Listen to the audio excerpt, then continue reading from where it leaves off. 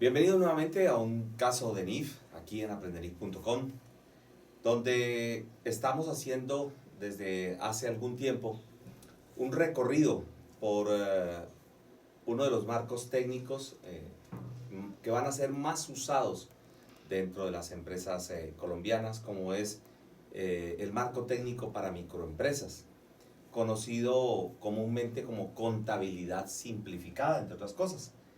Nos sigue acompañando el contador público y certificado en NIF para Pymes ACCA, Edison Rojas. Edison, nuevamente bienvenido a este proceso que hemos denominado de compartir y al menos como retroalimentar lo que es este marco normativo técnico para las entidades más pequeñas que tenemos dentro del conjunto, pero las que más existen. O sea, que en cantidad sería la mayor cantidad de empresas. Correcto. Si pudiéramos decir, yo creo que sería el marco técnico que sería más usado en Colombia. Yo le apostaría a más de 1.300.000 empresas que pudieran llegar, al menos en teoría, a aplicar este marco técnico. Correcto. Pues sirva la oportunidad nuevamente para agradecerle públicamente por la gestión que nos ha permitido hacer en este momento, dado que este marco, como usted lo menciona, es un marco local simplificado, pero que apunta precisamente de acuerdo a las diferentes normas que han venido saliendo, la Ley de Formalización del Empleo, la 1429, y todas aquellas leyes sobre las que se basó el decreto 2706, que es el marco técnico, que es el marco técnico, y posteriormente su 3019, que establece como la directriz y norte de todas estas empresas que hemos venido hablando. Entonces, he observado que todas los diferentes capítulos nos remiten siempre al capítulo 2 y al capítulo 3, que es presentación de estados financieros, porque por ejemplo en ninguna parte se habla de políticas contables como existe en las secciones para pymes, correcto, o como existe en las plenas, ¿sí? Entonces esos dos capítulos van a estar inmersos todos en los diferentes capítulos que hemos venido. Es correcto, como se trató de simplificar tanto, se procuró ser lo menos complejo posible. Yo reitero que toda la vida hemos tenido políticas contables, así sea implícitas, nunca escritas, pero siempre las hemos tenido. De pronto el gran cambio que se ha dado con los estándares internacionales es que esas políticas deben ser más explícitas, correcto, más detalladas, más formales. Pero yo creo que la carrera de contaduría se ha basado en su desarrollo, ejercicio profesional, es en eso, en políticas contables. Entonces siempre las hemos tenido.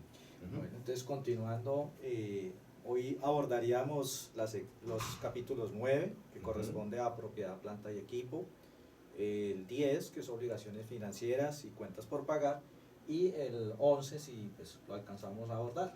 Bueno, entonces hablemos de propiedades, planta y equipo, que es un tema que podríamos decir que debería estar casi que sin necesidad de verlo. Pero creo que aquí tenemos que hacer, como lo hemos tratado de hacer en este conjunto de charlas realizadas contigo, Edison, es el tema que tiene que ver con las costumbres. Exactamente. Las diferentes situaciones que se nos han dado. Todos sabemos que la propiedad, planta y equipo son los bienes que normalmente usa la entidad. Aquí el marco técnico trató de dar un poco más de ampliación, porque también deja de manera explícita incluso bienes que se van a arrendar, por ejemplo, para mayor detalle. Y obviamente con los bienes también que yo los utilizo para producir otros bienes, o bienes que los utilizo para poder prestar servicios. Entonces, la propiedad, planta y equipo, en pocas palabras, son esos activos tangibles, físicos, que yo tengo normalmente para generar recursos y que no están para la venta, están simplemente para el uso, bien sea de la parte de la administración o sea de la parte de producción o servicios. Eso como un concepto general de lo que es la propiedad, planta y equipo. Cuando dice tangibles, porque son términos que de pronto no todo un microempresario o una persona que está en proceso de formalización conoce, entonces se refiere a tangibles que sean físicos. Correcto. Es correcto. Tenemos otros activos que son intangibles, que no tienen parte física, que son, por ejemplo, una licencia, una franquicia, un permiso, un derecho de autor, podríamos tener una marca, una patente, esos que son intangibles. Pero aquí estamos hablando de muebles y escritorios que estoy utilizando para la empresa. Estoy hablando de maquinarias o equipos que utilizo para la producción. Estamos hablando de vehículos que utilizo para el transporte de la mercancía. Entonces, en ese orden de ideas estamos frente a bienes generadores o apoyadores de la generación de renta. Correcto. Entonces, en ese punto estamos ubicados en ese momento, ¿no? Otro alcance es que se esperan que sean utilizados durante más de un periodo contable. Eso es bien importante. Vamos a hablar de cosas simples. Un aparato telefónico, ¿no? Un aparato telefónico puede durar más de un periodo. Es algo, tiene su cuerpo, va a ser usado por parte de la administración, por parte del área de ventas o quien sea. Pero viene un punto que, a pesar de que cumple con la definición y efectivamente sigue siendo propiedad, planta y equipo, no es material. Su monto no es representativo. Tomemos una grapadora o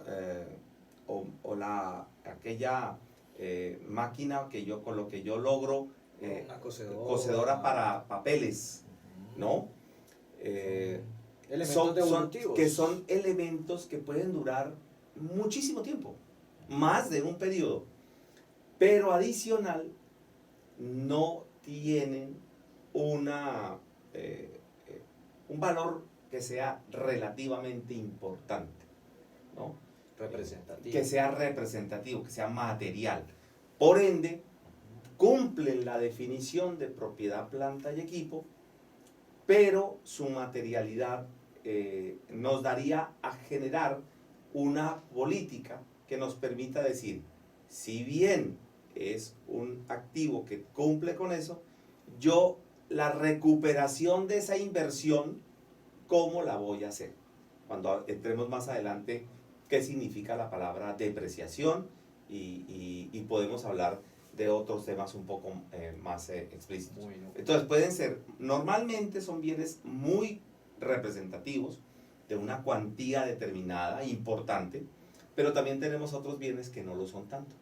Y que requieren en un momento determinado, por control en la empresa, es correcto. Llevar un manejo básicamente de tipo de control interno. De inventario. Más para el inventario propio de esos activos que se tengan.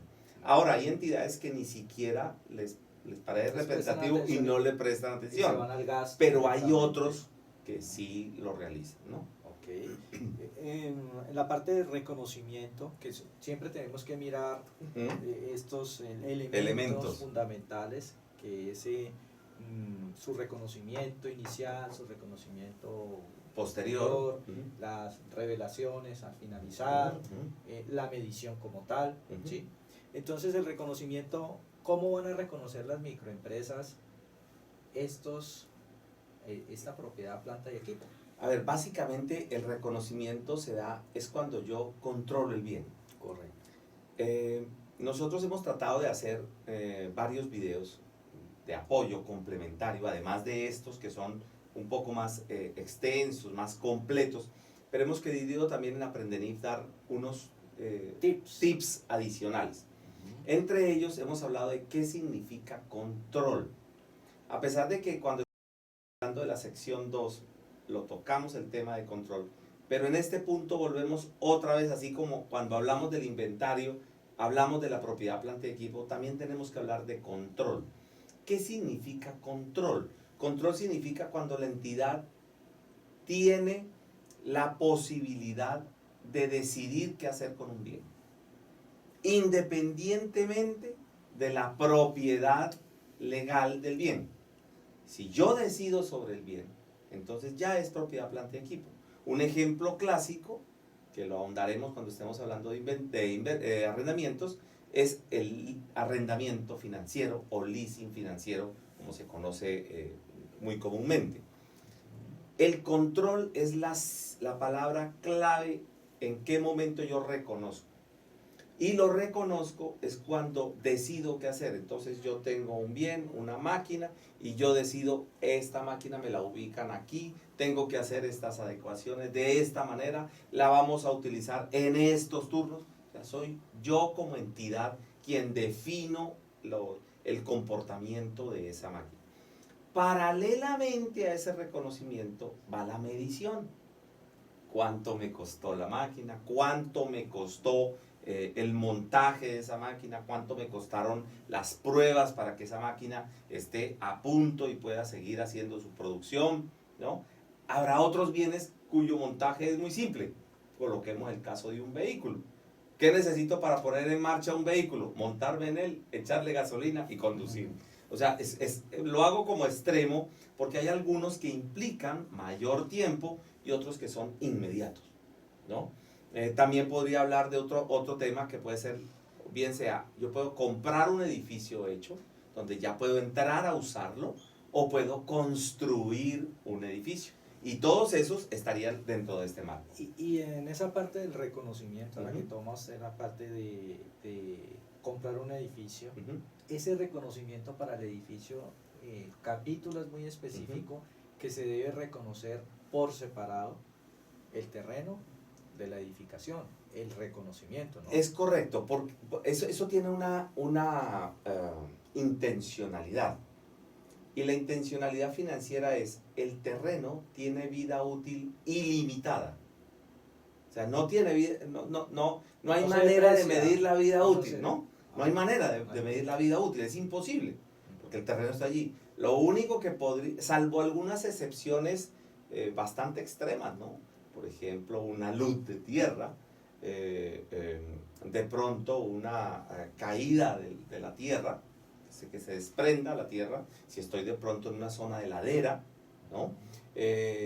O que esté cerca a un río y una corriente se me lleve parte del terreno por la misma acción de la naturaleza, o en la costa el oleaje pueda entrar a invadir eso. Entonces, que serían casos ya extremos, pero lo normal estaríamos frente a unos terrenos donde no tienen una vida útil limitada, sino que al contrario sería infinita prácticamente. Por el contrario, la construcción tiene una vida útil determinada. No hablemos en términos específicos porque depende el tipo de construcción. Hoy en día ya tenemos que analizar el tipo de construcción que tenemos, porque existe construcción liviana. Y yo puedo construir y luego, después de un tiempo, demoler eso que he hecho. Hoy en día es muy común que se hacen los grandes cuadros, pero el interior, las divisiones, las paredes que se hacen son en material liviano, ¿no? En ese material, esa construcción liviana puede ser fácilmente removible. Entonces, observa que podemos encontrar dentro de la misma construcción elementos que puedan ser mucho más duraderos que otros. Por eso en el estándar pleno y en pymes se habla de los bienes por partes, porque puede ser que las partes tengan duraciones distintas a la principal. Por ejemplo, yo digo que una entidad que tenga una construcción puede tenerla durante muchos años. Yo coloco dentro de mis casos extremos un convento dominico donde estuvimos con una prestigiosa universidad, ¿no? La Universidad Santo Tomás. El viceprovincial nos mostraba uno de los retiros que tiene ellos como comunidad religiosa, y nos comentaba que el origen del convento es de los años 1600. y tú lo ves allí paradito. Incluso hay historias del proceso libertador de Colombia, en la parte de los ejércitos colombianos que estuvieron cerca al convento y que hubo incluso combates cercanos al convento y algunos se refugiaron dentro del convento, y por eso hay partes que tuvieron que apenas de 1600 al año 1800, ¿no? Cuando se dio las guerras de independencia, hubo reconstrucciones, porque son hechos en adobe, un material muy grande, hecho con barro, y normalmente mezclas con los tallos de los trigos, y eso sigue tan firme porque son paredes supremamente anchas. Entonces, cuando uno analiza ese tipo de estructuras y las compara con hoy en día las cercanas, ladrillo, con hierro, ¿no? Unas vigas de acero impresionantemente resistentes. Entonces todo esto tiene que tenerlo en cuenta uno, hago estos extremos en el momento de llegar a medir la vida útil de un bien de estos, ¿no? Porque son cosas extremas. Por eso hablo de una construcción liviana y otro tipo de construcciones. En ese orden de ideas es muy importante tener en cuenta la probable duración de un bien.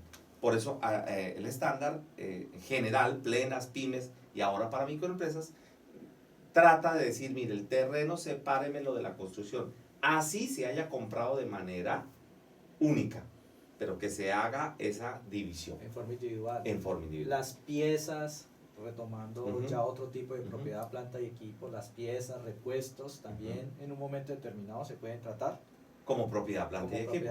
E individualmente. Correcto, pero cuando están relacionadas directamente con un determinado bien. Correcto. Si estamos hablando, por ejemplo, de unas piezas de repuesto genéricas, voy a decir algo genérico que pudiéramos tener. De pronto unas agarraderas para determinados tipos de máquinas, o de pronto ejes en los vehículos que son genéricos.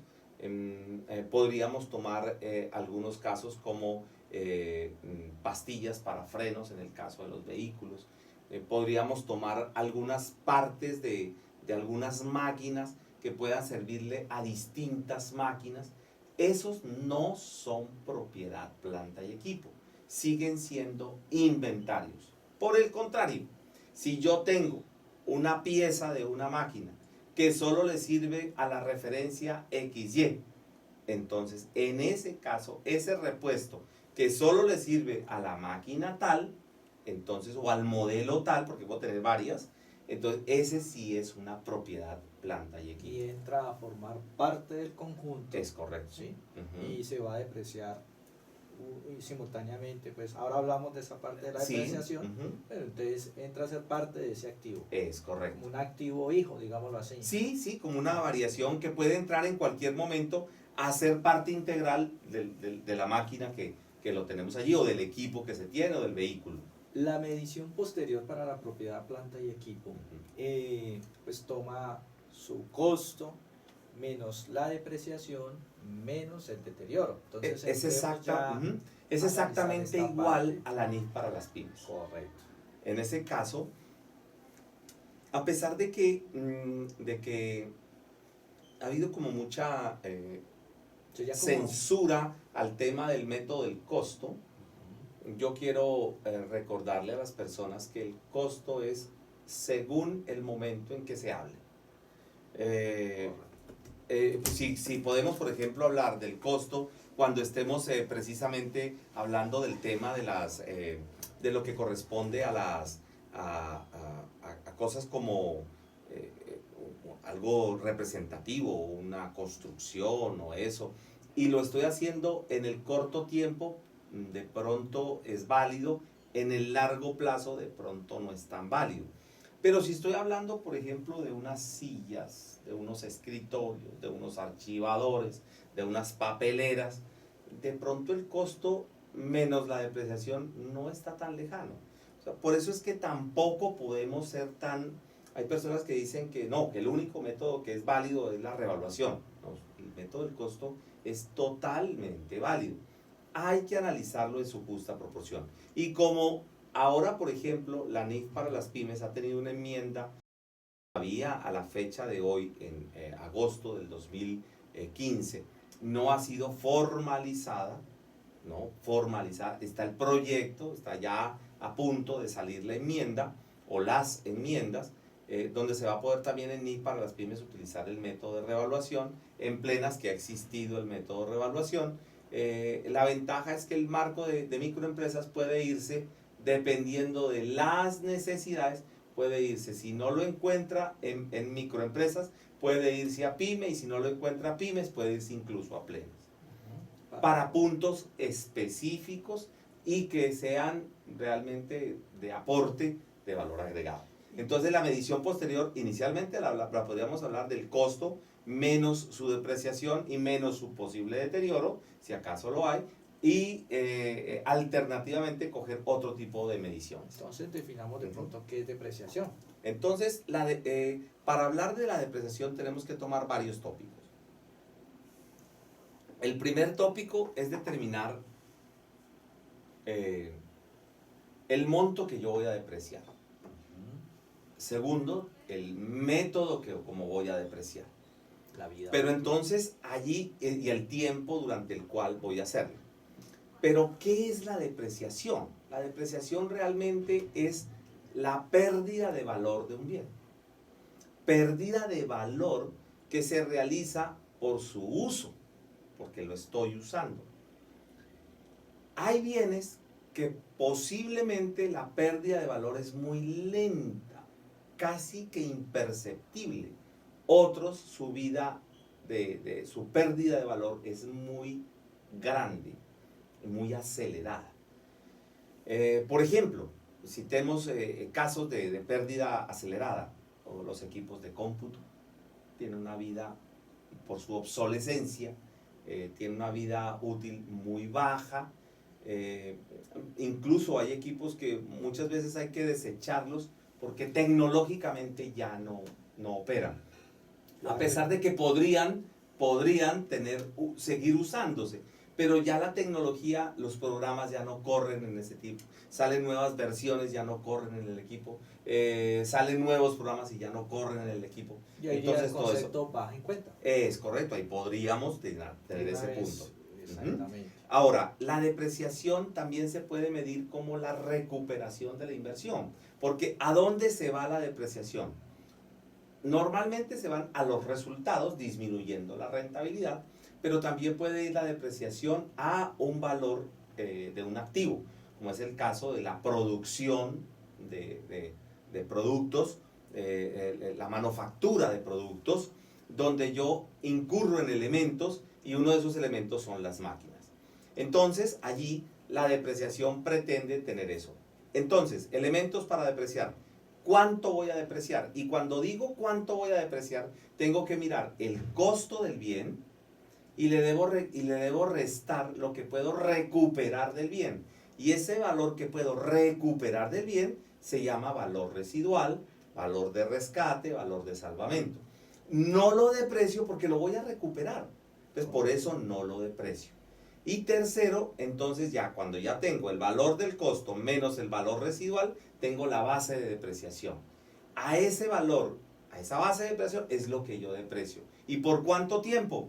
Por el tiempo que es su vida útil. ¿Y qué significa vida útil? Vida útil significa el tiempo que lo voy a utilizar. ¿Y con qué método lo voy a hacer? Lo puedo hacer de manera lineal, lo puedo hacer bajo saldos decrecientes, que son también otros métodos, o lo puedo usar por métodos de uso, como son unidades de producción, horas trabajadas, que también son metodologías. Entonces, esas son las posibilidades de manejar dentro de la propia planta de equipo. Lo mismo entonces sería ya, para terminar este capítulo, sería su clasificación y revelación frente a los estados financieros. ¿Sí? Correcto. La clasificación pues iría como activo no corriente. Es correcto. ¿Sí? Y la revelación, ¿qué exige este capítulo específicamente con respecto a esta simplicidad, porque no vamos a ser tan complejos como lo sería ya una pyme o un grupo 1. O una empresa grande, perfecto. Entonces, ¿qué tendríamos en cuenta o qué tendría que, fuera de clasificarlo ahí en ese estado financiero como no corriente, en cuanto a revelar? ¿Qué tiene que revelar un microempresario? ¿Por qué se coloca, porque un tipo de revelación es colocarlo como no corriente? Entonces, ¿qué significa no corriente? Que yo no cuento con él. Que no es o sea, no está disponible, correcto. O sea, no va a ser lo primero que yo voy a hacer uso. Por eso, lo corriente es lo que yo voy a hacer uso. Entonces, no corriente significa aquí, en este caso puntual, es que puede ser que cuente con él, pero no es la prioridad de lo de la empresa. Y segundo, pues me van a pedir a mí qué cosas compré, las adquisiciones. Si hice retiros, pues qué retiros hice. Si les di alguna transferencia o algo, esa transferencia, y obviamente los valores que se están depreciando de esos bienes y dependiendo de la situación, los deterioros que tenga de ese bien. Si lo vendió. Ajá. Si yo lo vendo, la venta hay dos formas. Cuando tú mencionaste el tema dar de baja, hay varios tipos de dar de baja. Dar de baja significa retirar el bien, porque ya no lo voy a usar más. Entonces, puede ser que yo le dé de baja porque lo vendí o porque ya no lo voy a usar más. Sencillamente, ya por obsolescencia puedo sacarlo, ya no lo voy a usar más. El dar de baja ya es retirar. Entonces, ese término dar de baja es bien importante porque en el estándar, tanto plenas como pymes, se usa mucho. No se usa mucho en este término de microempresas, a pesar de que sí viene involucrado, pero es mucho más usado, y el término dar de baja específicamente significa retirar. Deterioro significa perder valor. Fíjate que la depreciación es un tipo de deterioro, pero no es el mismo deterioro que se encuentra consagrado en el estándar. Es una modalidad de deterioro la depreciación, porque es pérdida de valor. Pérdida de valor porque lo estoy usando. Otros bienes que se podrían depreciar o perder valor muy lentamente, por ejemplo, podría ser las construcciones. Entonces, en las construcciones sí podríamos tener ese tema donde ya se puede ir depreciando muy lentamente, o incluso en muchos casos no depreciarla, porque en lugar de perder valor, al contrario, puede llegar a incrementar su valor. Correcto. Digamos que estos son los aspectos más importantes de lo que corresponde a la propiedad, planta y equipo, y podemos hacer en este momento una pequeña pausa para continuar con el resto de capítulos. Ok, perfecto.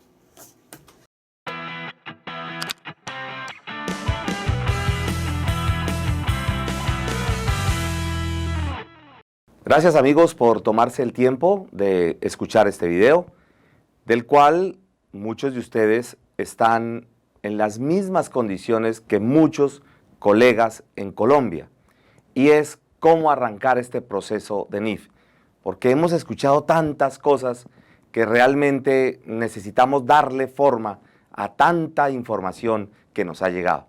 Por eso les tenemos una muy buena noticia, y hemos querido hacer un curso muy puntual sobre cómo iniciar este proceso, el cual hemos llamado los aspectos esenciales para implementar la NIF para las pymes. Con estos aspectos esenciales no queremos cubrir todos los casos, pero sí al menos los que nos tienen la mayoría de nuestras empresas. Con ello vamos a lograr mirar, por ejemplo, el tema de cómo activar las NIF en nuestro programa, o al menos las recomendaciones para el proceso de activar las NIF, cómo vamos a realizar la parametrización de documentos o qué aspectos vamos a tener en cuenta en esos parámetros de los documentos, el proceso de ventas, si le tenemos que hacer alguna recomendación, algún cambio, qué encima de todo se nos puede venir con este proceso. Para prestación de servicios, ¿habrá algunos cambios? ¿Tendremos que hacer algo? En el costeo de NIF y en el manejo del inventario, ¿lo vamos a continuar haciendo igual? ¿Tenemos que cambiarlo?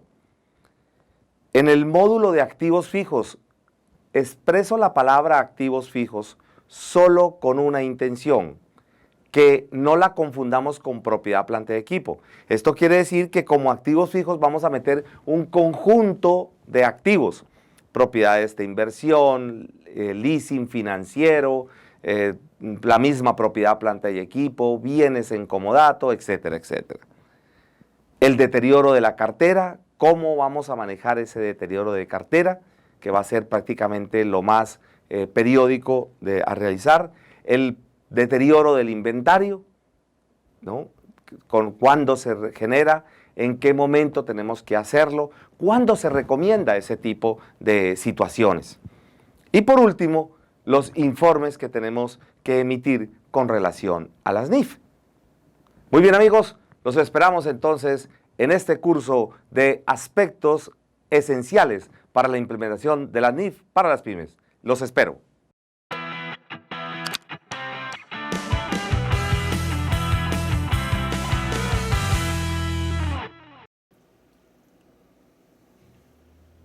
Continuando con los temas que nos trae el marco normativo técnico para estas microempresas, las empresas más pequeñas, está precisamente el capítulo 11 que tiene que ver con los pasivos, las obligaciones. Cuando tú ves las obligaciones, cuando veíamos que una obligación es un pasivo, lo que nos trataba de decir de un hecho que ya ocurrió. A veces asociamos que una obligación surge cuando nos llega una factura. Una obligación puede surgir simplemente cuando yo contrato a un empleado. Una obligación que nace. O nace la obligación cuando alguien me presta un servicio. Y ya está la obligación. O sea, no necesito un documento que me lo exprese de manera tangible. Y que ahí tendríamos una primera diferencia que lo que venimos haciendo. Es correcto. La parte fiscal que se requiere. Es porque el requerimiento fiscal tiene un elemento que se llama que toda obligación tiene que estar demostrada con un documento de fecha cierta. Ahí, y eso lo hemos adaptado e incorporado en la contabilidad. Pero como estamos hablando de términos económicos, en lo financiero, pues yo ya debo la plata, independientemente de que me haya llegado el documento o no. Ahora que nosotros, dentro de nuestro procedimiento de control interno, unamos esos dos momentos, tanto el momento en que nace la obligación como el momento en que llega el soporte, mucho mejor. El problema es que algunas entidades han adquirido la costumbre de dilatar las obligaciones, aplazando las fechas de los documentos.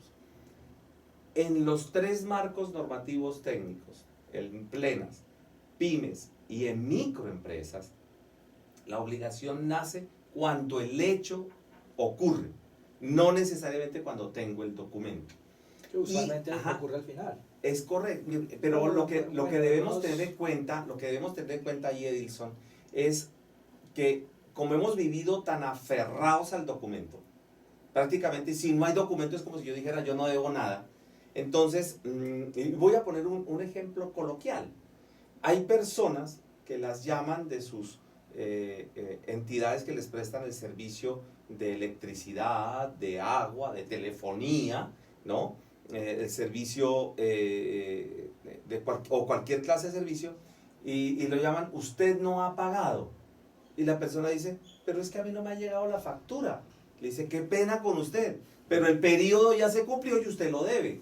Eso es un clásico ejemplo que yo coloco para que la gente entienda que con documento o sin documento yo ya tengo una obligación.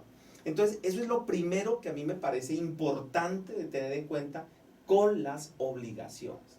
Es más, si tú te pones a dar cuenta, cuando yo me sobregiro en el banco, yo sé que tengo una obligación. Y mira que no me llega ningún documento diciendo, señor, a partir de hoy ya tiene una obligación. En ningún momento. El hecho de que me hayan permitido girar más de los recursos que tengo, ya se generó una obligación. Entonces, eso es importante y muy importante dentro de los cambios que estamos tratando de destacar. La normatividad tradicional colombiana lo tenía involucrado, pero la costumbre nunca hizo uso de ese elemento que valga también en cuenta expresarlo. Ahí es importante que nos podemos remitir a la sección 32 si queremos Sí. profundizar al respecto. En cuanto a la medición de estas obligaciones, se incluyen también los costos de la transacción. la transacción. Es un elemento nuevo que traen los 3 marcos técnicos, y es que nosotros tradicionalmente en la mayoría de las obligaciones no tenemos en cuenta cuánto nos cuesta la obligación. Pensemos en un crédito de un banco, y para obtener el crédito del banco yo necesito de una persona que me ayude a recopilar la información, a presentar los documentos y hacer una gestión profesional para la obtención. Nosotros hemos tomado esos elementos como un gasto. En NIF plenas, en NIF para pymes y obviamente en microempresas, nos hacen como el llamado de atención y nos dicen, un momentico, eso sí es un gasto, sí, no lo va a negar el estándar, pero no es un gasto de honorarios, es un mayor valor de la tasa de interés. ¿Por qué? Porque si yo pedí un crédito de $10,000 y apenas me consignaron $9,500, esos $500, porque me tocó pagarle a un gestor, o recibí los mismos 10,000, pero inmediatamente me tocó girar por la actividad los 500, que el efecto neto es el mismo. Ese acto lo que está generando es que el valor del crédito ya no es 10,000, sino realmente que yo no recibí 10,000, yo recibí fue 9,000, pero me va a tocar pagar 10,000.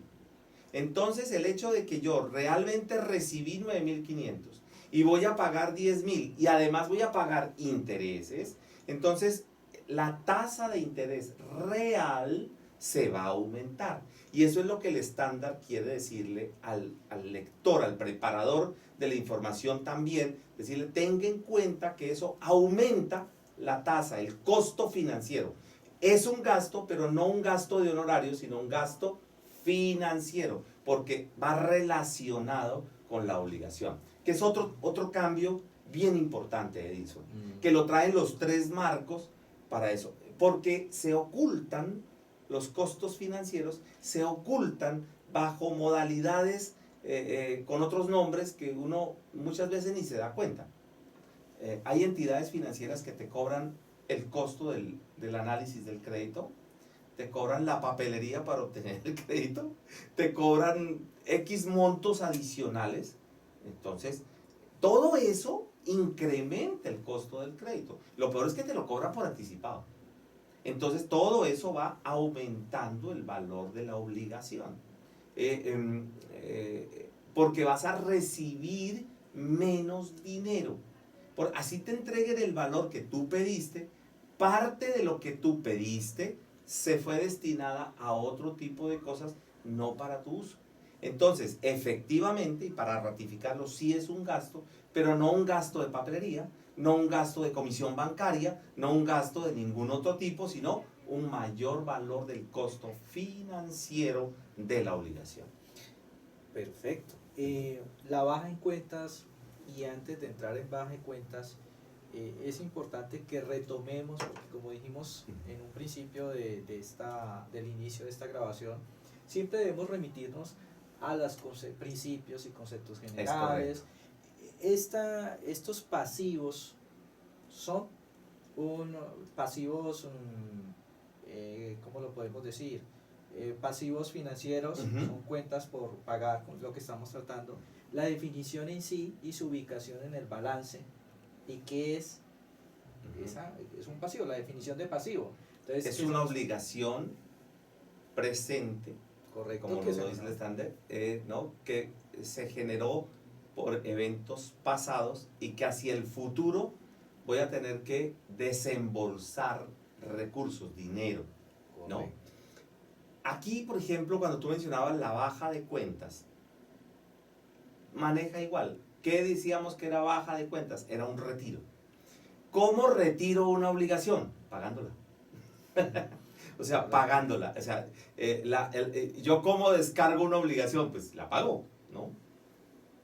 Pero también podría haber, en unos casos muy especiales, de pronto la condonación de una deuda. También podría generarse, o sea, ya no el no pago. No tengo que pagar.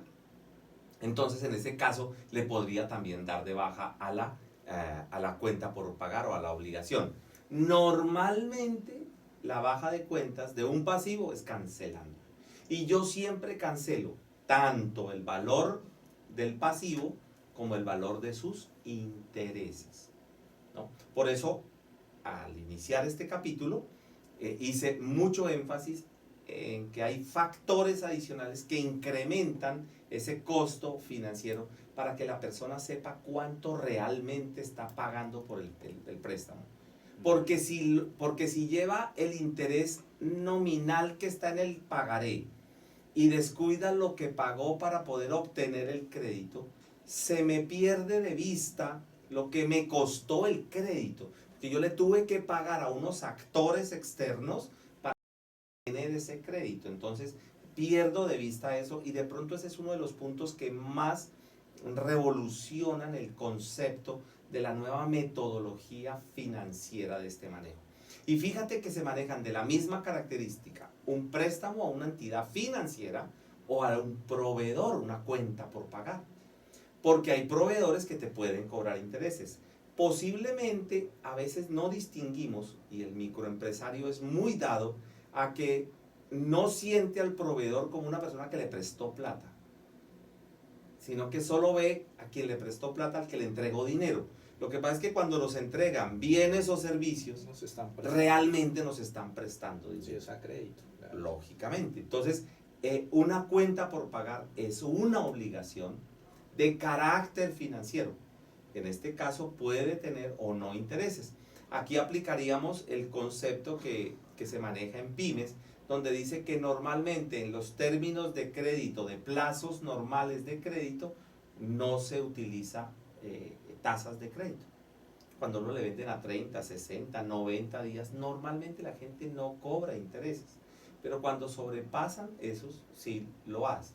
Eso en los términos comerciales. El sistema financiero, ese sí, a partir de un día cobra intereses. Lo tiene muy claro el tema, ¿no? En cuanto a las revelaciones que deben aparecer en los estados financieros, se debe presentar el valor en libros, sí, y el reconocimiento de los intereses si los hay, pendientes. Pero aquí no somos tan...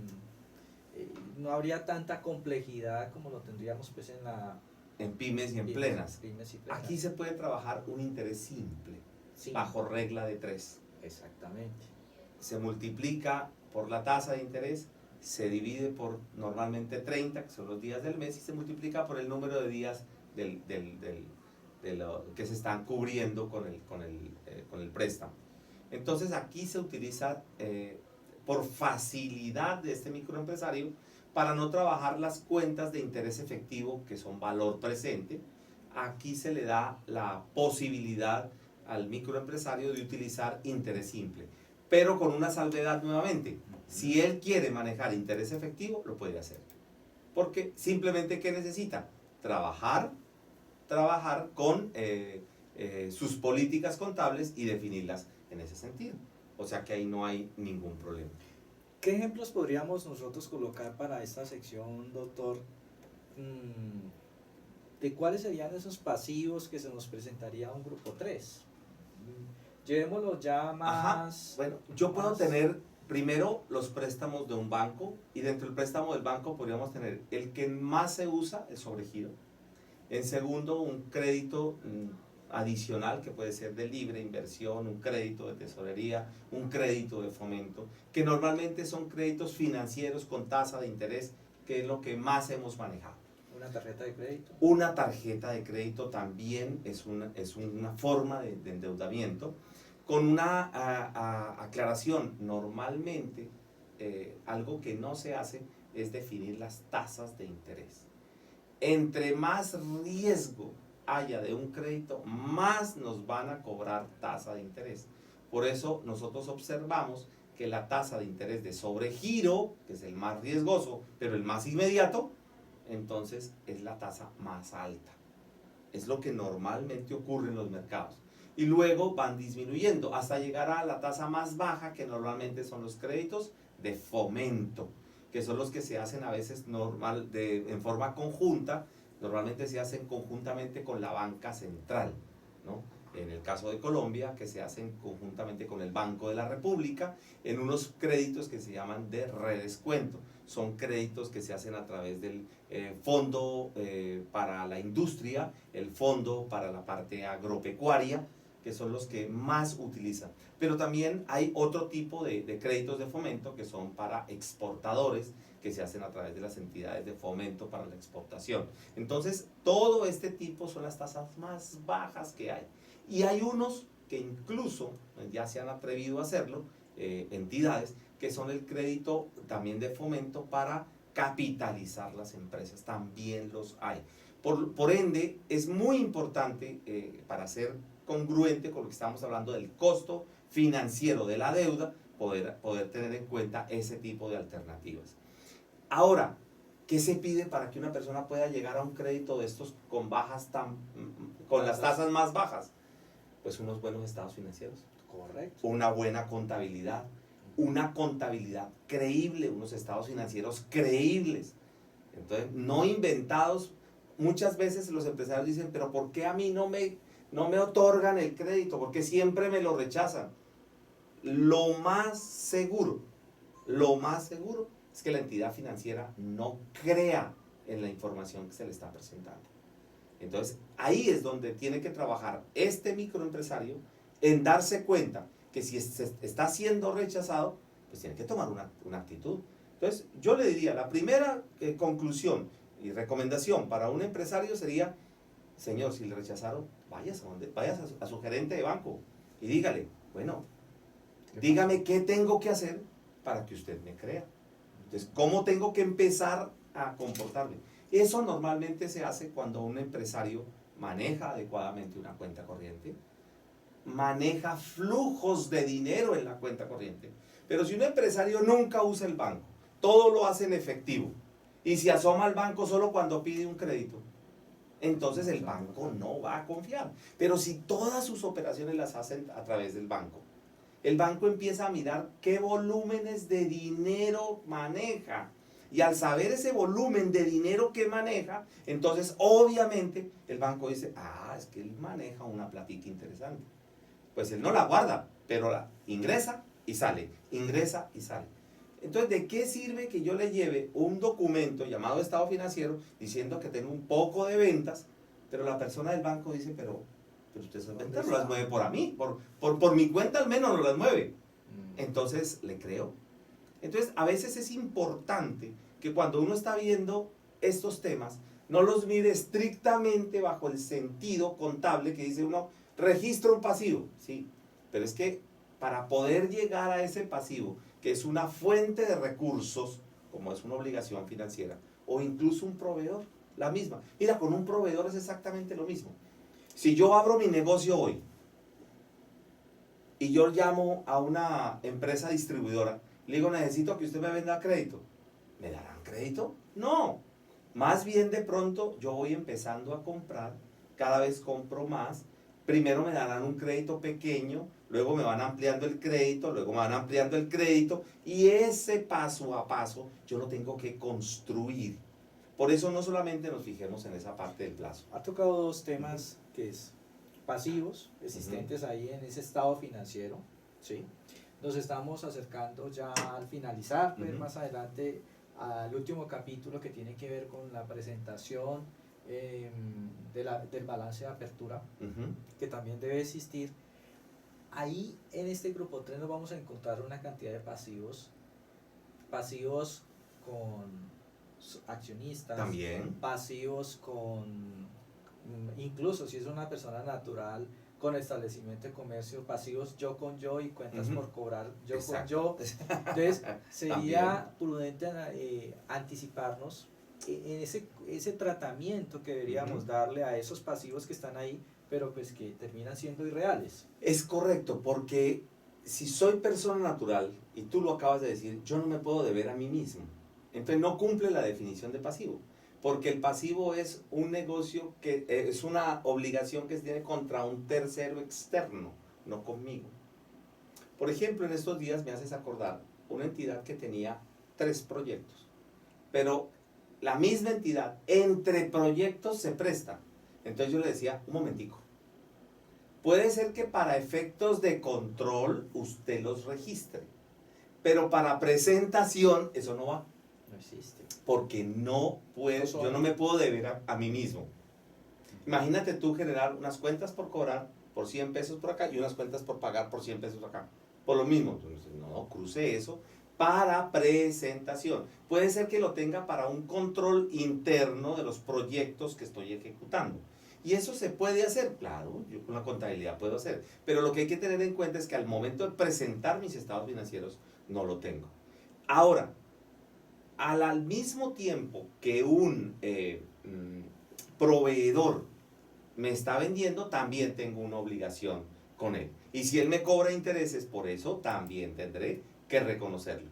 Mucho ojo para un empresario que cancele sus obligaciones con proveedores con préstamos bancarios, porque está cambiando un pasivo por otro pasivo. O que cancele sus obligaciones laborales con una obligación financiera, que es muy común en las microempresas, en las pequeñas empresas, en las medianas empresas, incluso que llega la fecha de consignar las prestaciones sociales, especialmente lo que se llamamos en Colombia las cesantías, ¿no?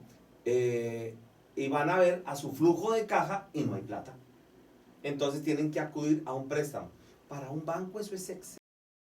Pero es que el problema es que yo estoy trabajando para mí o estoy trabajando para el banco. Y ese es el punto que debemos tener en cuenta. Porque las cesantías tienen un interés implícito que se llama, o mejor, explícito, que se llama los intereses de cesantía, y cuando después le consigo a través de un crédito, me paso a un crédito ya con una tasa de interés fija. Para cerrar en cuanto a este capítulo, la información a revelar específica en esos estados financieros, en las notas que también van a ir acompañando esos estados financieros, las mismas políticas contables que deben ir inmersas en esas notas con respecto a las cuentas por pagar. Tengo que informar qué estoy debiendo. Es correcto. Eso es lo que se llama el valor en libros. Valor ¿Qué en estoy libros? debiendo? Lo has sintetizado muy bien. Cuando el estándar dice informe el valor en libros, diga usted a quién le debe. Perdón, ¿y cuánto le debe? ¿No? ¿Cuánto le debe? La parte de intereses. Y si tiene intereses, eso. La misma revelación de si es corriente o no corriente. La presentación de las cifras también es una forma de revelar. La presentación de cifras me están diciendo a mí, una parte de lo que debo es exigible en el corto plazo y otra parte de lo que debo es exigible en el largo plazo. Eso me permite, ¿para qué todo este poco de cosas de corto y largo plazo? Para saber si tengo recursos para cumplir esas obligaciones. Más lamentablemente, en alguna parte del camino, empezamos a maquillar y cuando queremos tratar de no mostrar tanta iliquidez, empezamos a pasar cifras que son corrientes, que sabemos que son exigibles y las clasificamos como no corrientes, como si fuesen del largo plazo. Pero realmente allí no estamos engañando sino al más importante, a nosotros mismos. Porque el problema va a ser que si yo logro engañar al banco y el banco me logra prestar, el hecho que me preste no me va a disminuir el nivel de exigibilidad. Porque Claro. si yo ya sé que lo tengo que pagar en el corto plazo, de pronto lo que estoy es sustituyendo un pasivo por otro pasivo y no más. Ahora, hay posibilidades que una empresa puede llegar a hacer y es entrar a hablar con el banco a ver si de pronto puede refinanciar la deuda a un plazo distinto, y todo esto es viable. Y eso es de las cosas que puede servirle la contabilidad para decir, un momentico, mire todo el nivel de endeudamiento exigible, ¿por qué no será mejor ampliar un poquito más el plazo? Ese podría ser una circunstancia. Correcto, entonces considero que podemos, no sé si tratamos el tema De obligaciones laborales. Las obligaciones laborales que tenemos, las obligaciones laborales que tenemos nosotros normalmente no sufren mayor cambio. Hay que tener en cuenta básicamente las obligaciones de carácter legal que tiene una empresa en el país donde está ubicada, en este caso en Colombia. Las obligaciones laborales pues está en primera instancia, pues lo más inmediato, que es su salario, ¿no? Y está un segundo punto, que son las prestaciones sociales, que todas hoy en día, debido a la normatividad vigente, todas son de corto plazo, ¿no? De corto plazo, y aparece un nuevo concepto, beneficio a empleados. Es la expresión técnica de hablar de las obligaciones laborales. Correcto. ¿Por qué? Porque realmente yo voy a compartir con los empleados parte de mis beneficios. Pues todas esas obligaciones laborales son de carácter de gasto o costo, si de caso soy una empresa productora. Entonces es una obligación que tengo con mis empleados precisamente de este tema. También se reconocen como un pasivo. Porque son obligaciones, porque es un justo derecho que tiene ganada la persona y que yo debo ir causando en la medida en que va pasando. Mira que es curioso cómo, para enlazar con el tema que acabamos de ver, la persona que genera la nómina la causa religiosamente cada mes, pero cuando tiene personas externas que le prestan servicios, trata de dilatar la obligación. Entonces no hay coherencia, no hay uniformidad en la aplicación de la política. Por eso de pronto fuimos como muy insistentes en el tema del documento, pero es que aquí en la contabilidad financiera no es tan importante el documento, porque si alguien me prestó ya un servicio, fíjate, en el caso de la nómina, apenas me prestó el servicio, lo contabilizo, lo causo. Pero cuando un externo que no está en nómina me presta el mismo servicio, es como si yo dijera, no, ese no le debo. Pero la realidad económica es que sí le debo. Por eso la recomendación nuestra es que si alguien me presta todos los meses servicios, pues tengamos, entre comillas, una nómina de prestadores externos de servicio, porque todos los meses me van a pasar su documento para el cobro y todo lo demás. Bueno, entonces la característica fundamental es que son a corto plazo. Ese corto plazo es bien importante.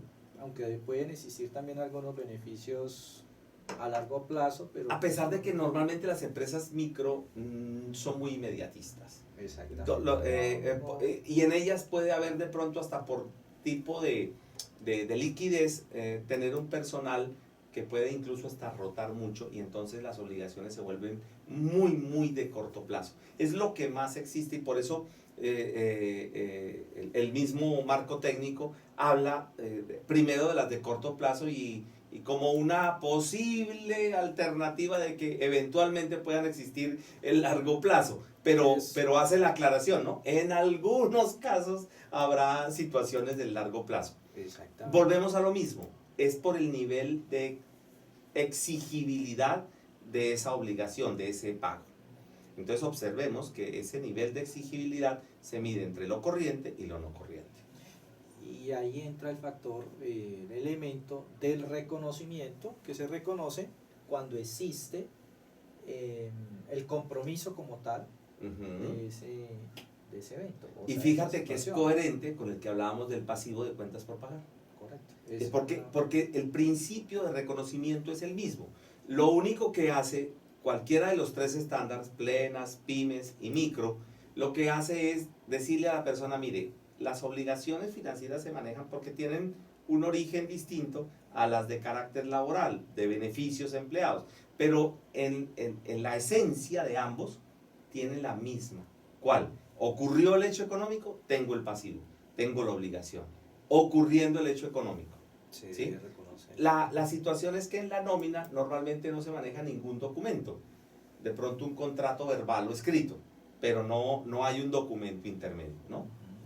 Otra parte que tenemos que considerar ahí son los diferentes tipos de pago o formas de pago, ¿sí? Que existe efectivo, en Claro. especie. ¿sí? Claro, yo le puedo pagar, eso existe incluso en la mayoría de legislaciones laborales del mundo, que puede haber formas de pago no solamente monetarias, sino también que se pueden pagar en otro tipo de recursos. Un recurso segundo puede ser la especie.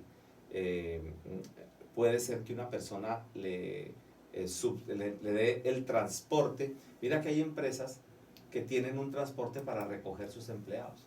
Eso es un beneficio de nómina. Sale un vehículo, un bus, por la ciudad y va recogiendo los empleados para llevarlos a la empresa. Eso es un beneficio. Los bonos, ¿no? o de eso. Por ejemplo, cuando se les da Alimentación. bonos de alimentación, bonos para gasolina. Entonces, eso es otra forma de plata.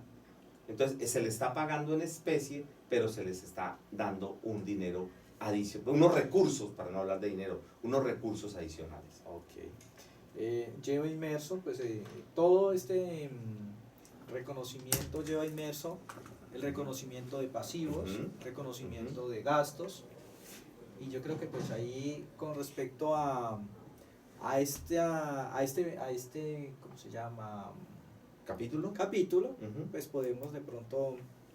Sí, mira, en general la parte laboral no tiene mayores efectos, en conclusión, y en mucho énfasis es que aquí trata de decir es, mire, este es el pasivo más inmediato, ocurre la prestación y usted tiene que estar generando la obligación, que por eso lo quería unir a los demás elementos de las obligaciones porque es exactamente el mismo, sino que aquí se ve muy palpable porque nosotros sabemos que un empleado trabaja 5 días y hay que pagar esos 5 días.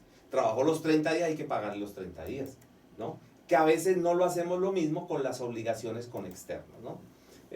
Y funciona lo mismo, están las obligaciones de corto plazo, las obligaciones de largo plazo, simplemente por exigibilidad. O sea, funcionan todos los pasivos con la misma estructura, ¿no? Y que aquí para grupo 3 pues tenemos toda una normatividad al interior de nuestro país.